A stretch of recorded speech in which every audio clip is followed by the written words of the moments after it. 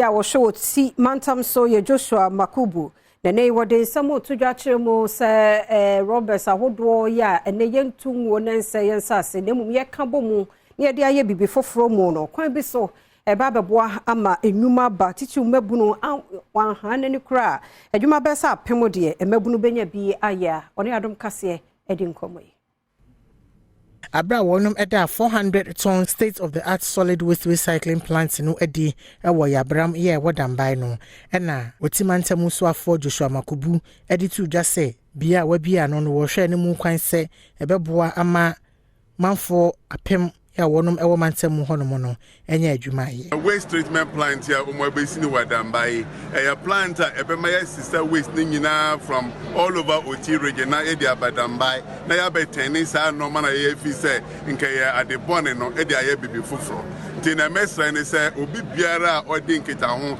we bibi na se ya waste entu ntwene basa ebi kura you can even take advantage of this say obetwen say zoom lion for na so bibi ba be gather sa waste no na odi abaha no you can even do it on your own now with the aton amomo no wajima a investment officer e wo Jaspon group of companies wonum ebi adwumadi na no ana wonu so edi tu dwa se saa bia wakako bia no no ebeboa amanwura wotutugu emiamia no eso ate. Our vision is no bring the waste will be wasted.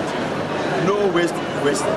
So we are looking at it to a point where everything apart from recycling plastic, right, and the waste to energy that we've talked about, we are creating green jobs. You know, so we're having a lot of researchers coming in. So as you said, this area is not just going to be a plant. Wisdom Gidisu Krachi is Emrashibedeni, or no so in same say and a twaso. Teach us opportunity. I'm a youth. The main person makes a youth say, you might know, you might know. Obi a year no. Na ye make Krachi is clean.